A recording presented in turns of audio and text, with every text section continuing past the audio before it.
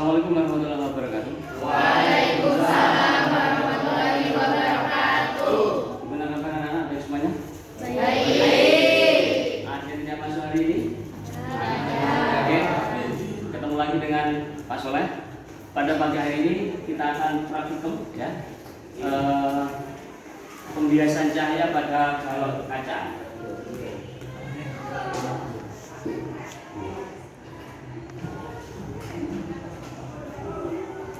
Ya, judulnya pembiasan cahaya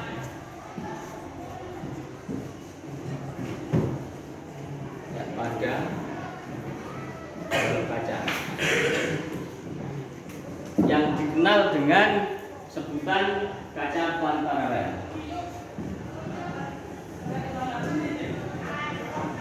Oke, ini adalah kacanya, balok kacanya ya, yang disebut dengan panparalel.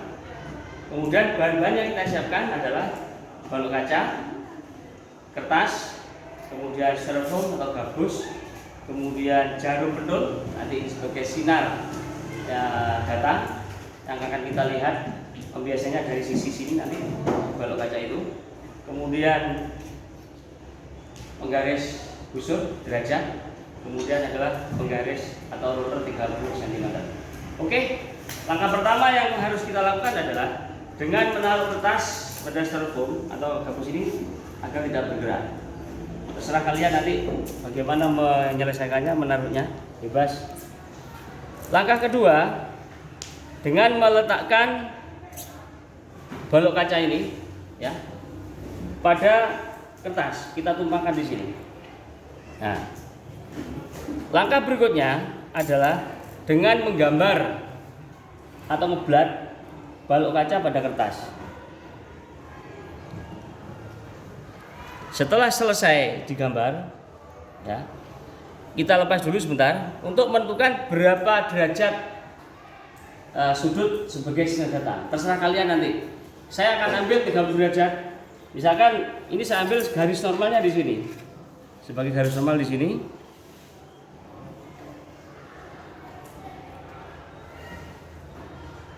Ya. Saya ambil 30 derajat dari garis normal. 30 derajat ini 90. Ya. Berarti kalau 30 ada di sini. Sebentar.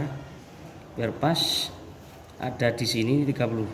Nah, setelah itu tancapkan jarum pentul di 30 derajat itu sebagai sinar yang datang. Nih. Di sini sebagai sumber sinar yang datang. Sudut sinar datangnya di sini boleh digaris, boleh tidak. Kalau kamu ingin mudah, boleh digaris biar langsung kelihatan nanti di mana jalannya sinar itu.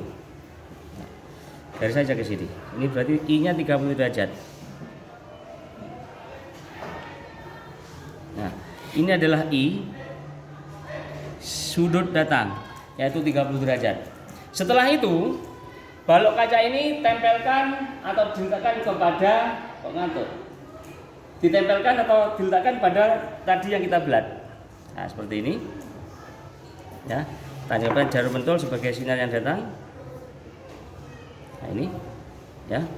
Kemudian kita lihat dari sisi sebelah sini bayangan atau pembiasan dari jarum pentul ini. Nanti akan tampak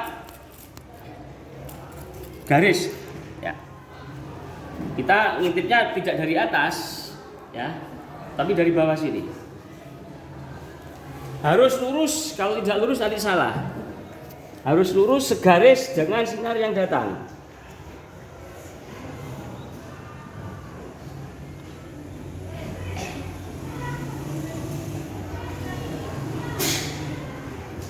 Lurus, satu garis lurus. Ini adalah hasil pembiasan dari jarum pentul yang ada di sana dengan sudut datang 30 derajat.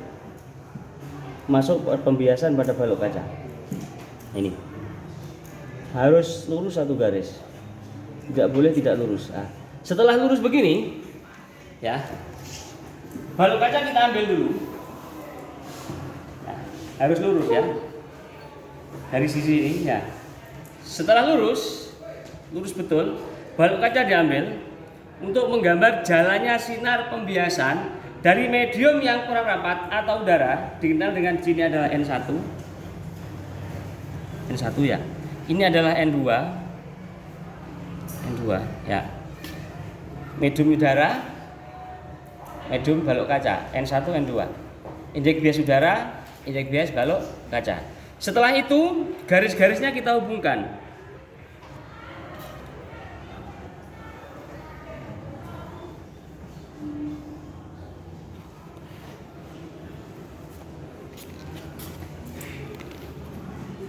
Maka akan terbukti bahwa ini adalah jalannya sinar dari I tadi, sumber cahaya sampai ke sini.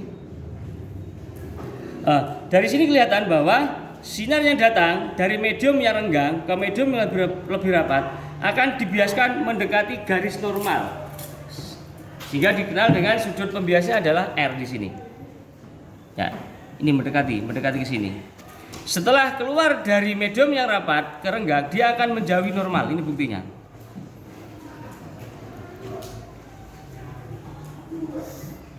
Ya, dia menjauh lagi ke sana. Sehingga di sini ada I aksen sebagai sinar datang. Kemudian di sini ada R aksen. Ya, sinar bias berikutnya. Ini keluar. Nah, maka akan terjadi pergeseran sinar sebesar T di sini. Penggaris yang tadi, penggarisnya yang tadi dimasukkan lagi, biar kelihatan garisnya. Nah ini, maka terjadilah pergeseran sinar sebesar T. Ini.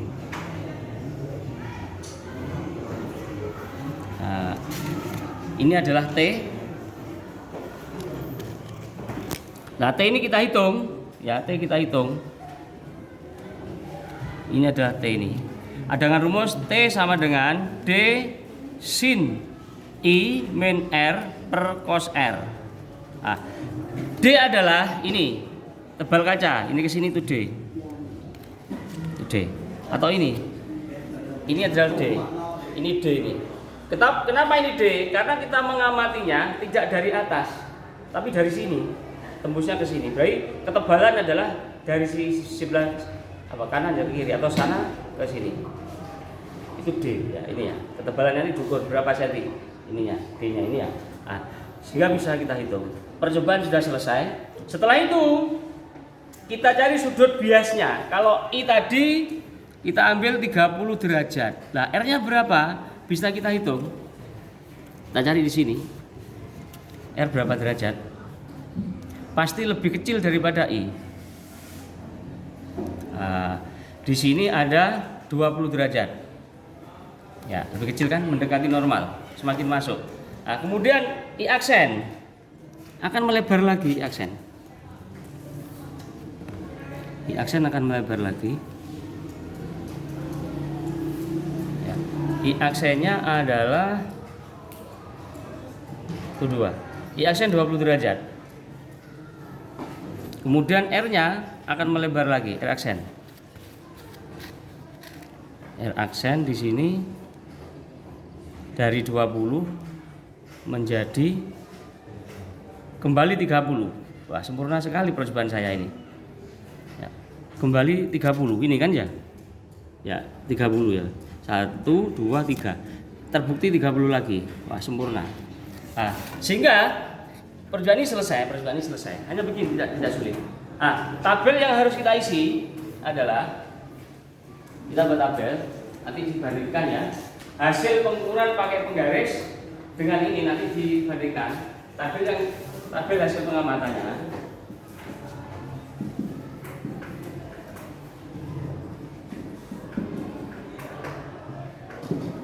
Yaitu nomor ya.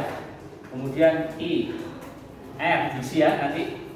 I aksen, R aksen, D-nya berapa, T-nya dengan rumus berapa, dengan rumus T hasil pengukuran berapa. Sehingga nanti kita bandingkan. Kalau T dengan rumus yaitu T sama dengan D sin I min R per cos R. Nah, itu menjauhi dengan ukuran, itu berarti pengamatanmu salah.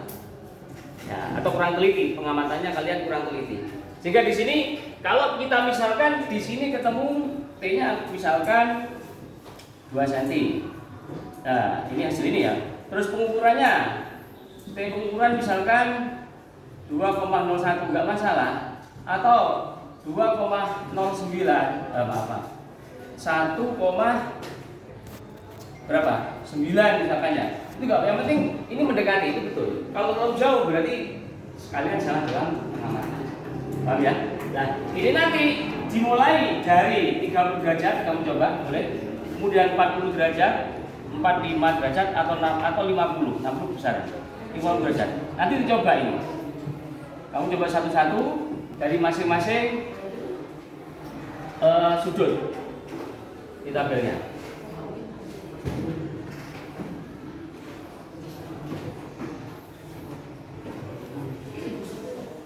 Ya. Setelah selesai, nanti kamu simpulkan bahwa hukum Snellius yang berbunyi sin I per sin R sama dengan E2 per N1 itu akan terbukti. Ya. Oke, hanya seperti itu anak. Ada pertanyaan? Ya. Belum ya? Jelas ya? Jelas. Oke, terima kasih. Bisa lanjut untuk praktikum sendiri. Wassalamualaikum warahmatullahi wabarakatuh.